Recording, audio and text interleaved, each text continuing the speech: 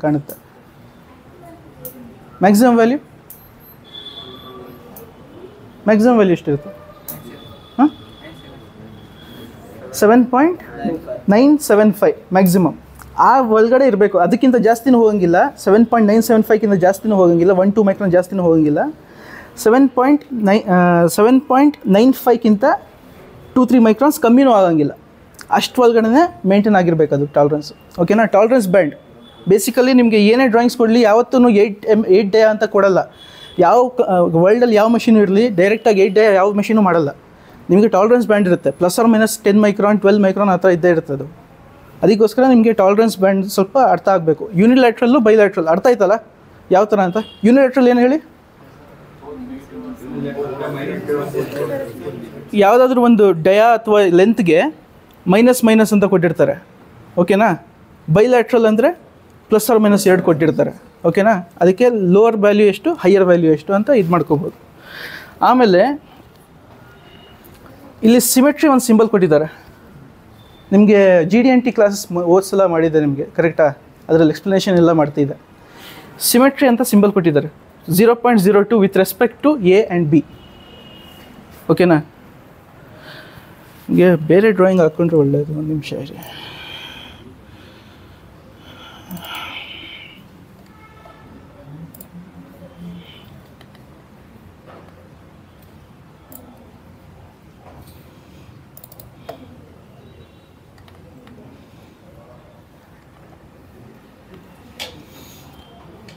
ಇದು ಕಾಣ್ತಾ ಇದೆಯಾ?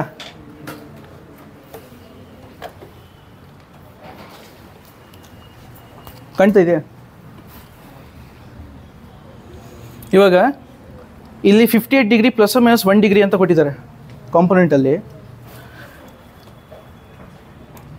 ಇವಾಗ ಇದ್ರದ್ದು ಹಾಫ್ ಆ್ಯಂಗಲ್ ಎಷ್ಟಾಗುತ್ತೆ? 27.5 ಇಷ್ಟಾಗುತ್ತೆ. 29 ಡಿಗ್ರಿ ಆಗುತ್ತೆ ಹಾಫ್ ಆ್ಯಂಗಲ್. ಓಕೆನಾ? ಇವಾಗ ನೆಕ್ಸ್ಟ್ ಇಲ್ಲಿ ಪರ್ಪೆಂಡಿಕ್ಯುಲಾರಿಟಿ ಸಿಂಬಲ್ ಕೇಳಿದ್ದಾರೆ with respect to datum A. Datum A ಯಾವುದು? EOD. ಹಾಂ, EODಗೆ ಈ ಫೇಸ್ ಇದೆಯಲ್ಲ ಇದು 0.05 ವಿಥಿನ್ ಇರಬೇಕು ಪರ್ಪೆಂಡಿಕ್ಯುಲಾರಿಟಿ. ಅರ್ಥ ಆಗ್ತಿದೆಯಾ ಎಲ್ಲರಿಗೂ?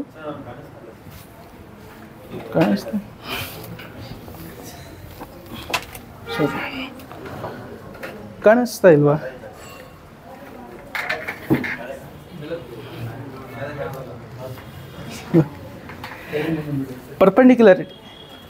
ಪರ್ಪೆಂಡಿಕ್ಯುಲಾರಿಟಿ with respect to datum A.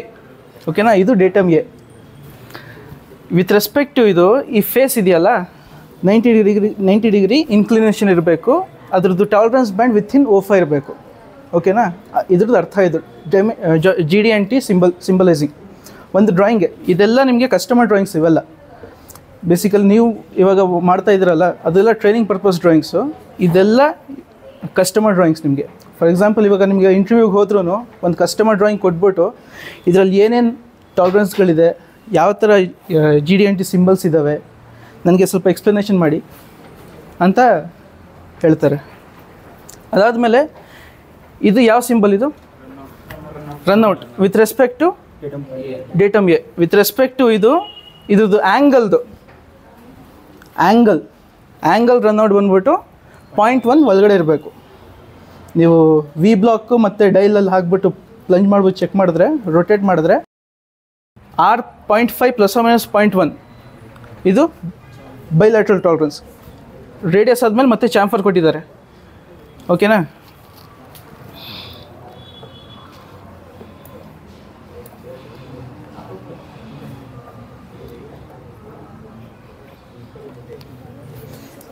ಆಮೇಲೆ ನಿಮಗೆ ಇದು ರೇಡಿಯಸ್ಸು ಎಂಡ್ ಆಗಬೇಕಾಗಿರೋದು ಡಯಾ 6.5 ಗಂಟ.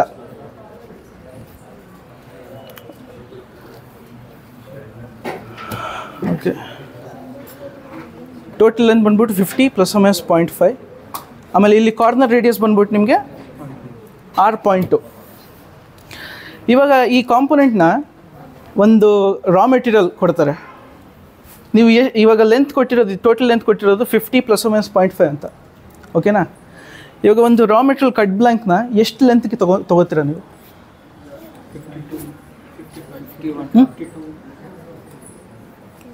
ಇವಾಗ ಟೋಟಲ್ ಕನ್ಸಿಡ್ರೇಷನ್ ಎಷ್ಟು ಮಾಡ್ತೀರಾ?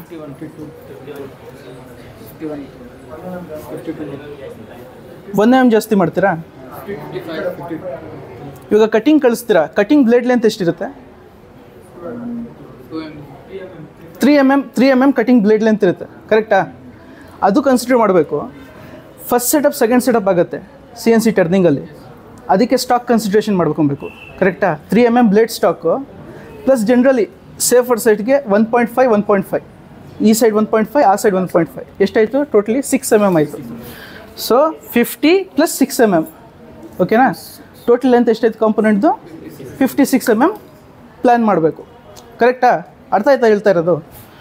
56 mm ಪ್ಲ್ಯಾನ್ ಮಾಡಿದ್ಮೇಲೆ ಇದ್ರದ್ದು ಡಯಾ ಎಷ್ಟು ತೊಗೋತೀರಾ?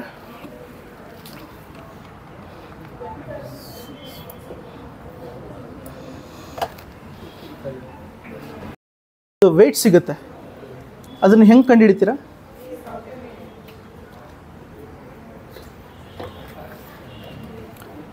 ಅರ್ಥ ಆಗ್ತಾ ಇದೆಯಾ ನಾನು ಏನು ಹೇಳ್ತಾ ಇದ್ದೀನಿ?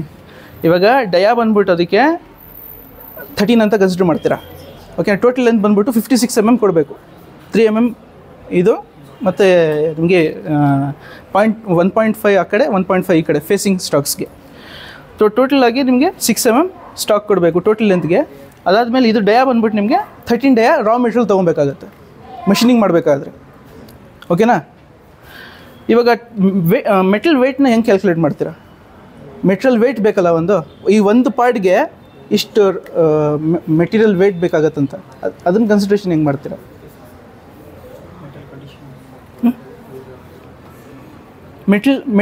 ಮೆಟಲ್ ವೆಯ್ಟ್ ಕ್ಯಾಲ್ಕುಲೇಟರ್ ಅಂತ ಒಂದು ಅಪ್ಲಿಕೇಶನ್ ಇರುತ್ತೆ, ಬೇಕಾದ್ರೆ ಡೌನ್ಲೋಡ್ ಮಾಡ್ಕೊಬೋದು ನೀವು ಗೂಗಲ್ ಪ್ಲೇಸ್ಟೋರಲ್ಲಿ.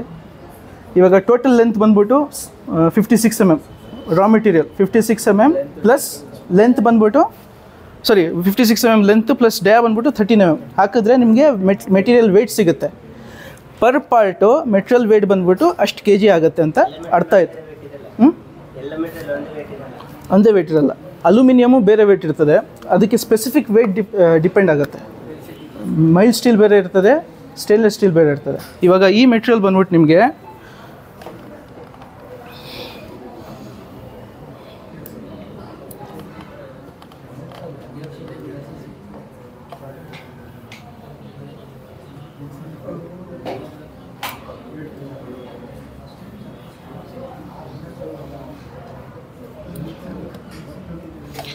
ಬಂದ್ಬಿಟ್ಟು ನಿಮಗೆ SS ಅಂತ ಕನ್ಸಿಡರ್ ಮಾಡಿ, ಸ್ಟೇನ್ಲೆಸ್ ಸ್ಟೀಲ್ ಅಂತ.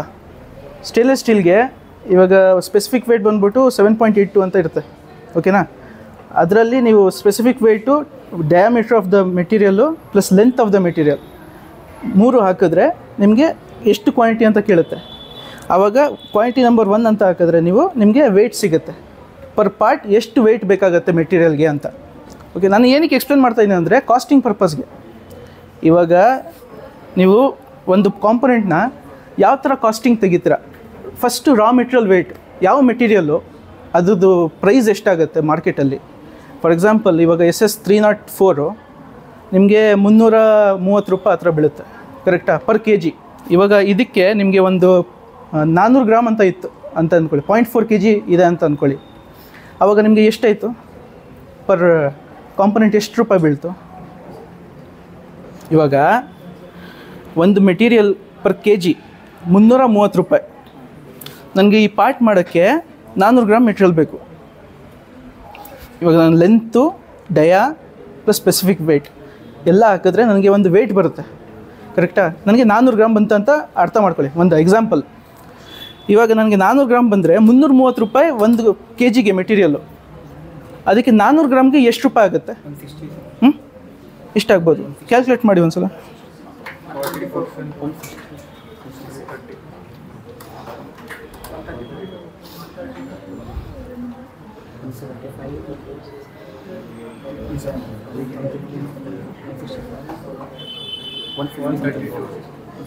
$132 ರೂಪಾಯಿ ಆಯಿತು, ಓಕೆನಾ. 330 rupees per kg ರಾ ಮೆಟೀರಿಯಲ್ಗೆ 400 ಗ್ರಾಮ್ ಒಂದು ಕನ್ಸ್ಯೂಮ್ ಆಗುತ್ತಂತೆ ಮೆಟೀರಿಯಲ್ಲು, ಅದಕ್ಕೆ 132 ರೂಪೀಸ್ ಆಯಿತು ಪರ್ ಪಾರ್ಟ್. ಕರೆಕ್ಟಾ? ಅರ್ಥ ಆಯ್ತಾ? ಇವಾಗ 132 ರೂಪೀಸ್ ಆಯ್ತಂದರೆ ಇವಾಗ ನೆಕ್ಸ್ಟ್ ಪ್ರೋಸೆಸ್ಸು ಟರ್ನಿಂಗ್ ಆಗುತ್ತೆ. ನೆಕ್ಸ್ಟ್ ಪ್ರೋಸೆಸ್ ಇವಾಗ 132 rupees raw material weight is equals to 400 grams. ಓಕೆನಾ? ನಿಮಗೆ ನೆಕ್ಸ್ಟ್ ಆಪ್ರೇಷನ್ ಟರ್ನಿಂಗ್ 1 ಆಗುತ್ತೆ, ಕಟ್ಟಿಂಗ್ ಆಗುತ್ತೆ. ಹಾಂ, ಕಟ್ಟಿಂಗ್ ಆಗಬೇಕಂದ್ರೆ ನಿಮಗೆ ಒಂದು ಲೆಂತ್ ಅಸೈನ್ ಮಾಡಬೇಕು. ನೀವು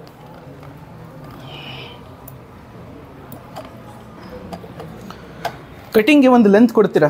ಎಷ್ಟಂತ ಕೊಡ್ತೀರಾ? 53 mm ಅಂತ ಕೊಡ್ತೀರಾ. ಕರೆಕ್ಟಾ? ನಿಮಗೆ ರಾ ಮೆಟೀರಿಯಲ್ ವೇಟ್ ಸಿಕ್ತು, ಯಾಕಂದರೆ ಇವಾಗ ಕಟ್ಟಿಂಗ್ ಅವನಿಗೆ ಕಳಿಸ್ತೀರಾ ನೀವು ರಾ ಮೆಟೀರಿಯಲ್ ಬ್ಲ್ಯಾಂಕ್ ರಾಡ್ಸ್ ಪ್ರಕಾರ. ನಮಗೆ ಬೇಕಾಗಿರೋದು 56 mm ನಾವು ಇದು ಕಂಡುಹಿಡ್ಕೊಂಡಿರೋದು ರಾ ಮೆಟೀರಿಯಲ್ ವೆಯ್ಟು. ಕಟ್ಟಿಂಗ್ ಒಂದು ಬ್ಲೇಡ್ ಲೆಂತು 3 mm ಆಗುತ್ತೆ. ನೀವು ಇವಾಗ ಇದಕ್ಕೆ ಸ್ಟೇಜ್ ಡ್ರಾಯಿಂಗ್ಗೆ ಒಂದು ಬ್ಲ್ಯಾಂಕ್ ಕಟ್ ಮಾಡಬೇಕಂದ್ರೆ ಒಂದು ಬ್ಲ್ಯಾಂಕ್ ಥರ ಡ್ರಾಯಿಂಗ್ ಮಾಡ್ತೀರಾ. ಕರೆಕ್ಟಾ? ಒಂದು ಡಯಾ ಬಂದ್ಬಿಟ್ಟು 13 mm ಬ್ರ್ಯಾಕೆಟ್ ಡೈಮೆನ್ಷನಲ್ಲಿ ಹಾಕ್ತೀರಾ.